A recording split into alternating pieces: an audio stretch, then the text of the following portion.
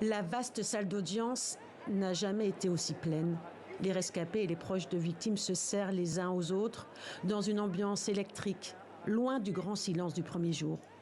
La lecture du verdict prend moins d'une heure.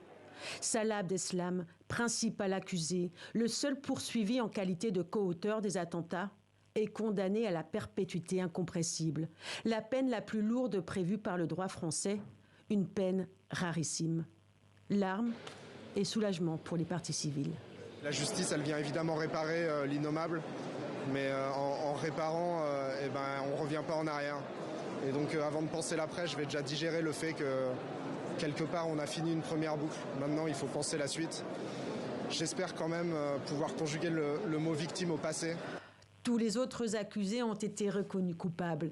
Des peines allant de 2 ans de prison à la perpétuité, avec période de sûreté pour certains, incompressible pour d'autres.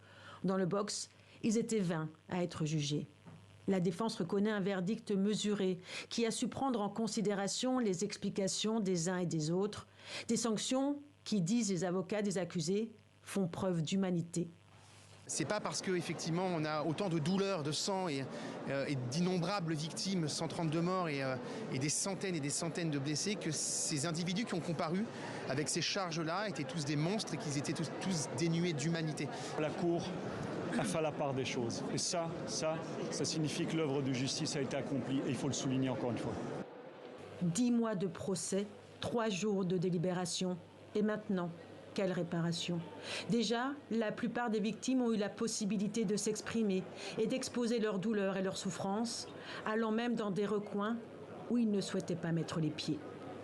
Lundi, je vais retourner au travail. Je pense qu'il va me falloir de longues semaines pour un peu redescendre, pour un peu avancer, pour un peu vivre les choses et puis analyser ce que je viens de vivre. Mais vraiment, il y a un besoin de retourner à un quotidien normal, réellement.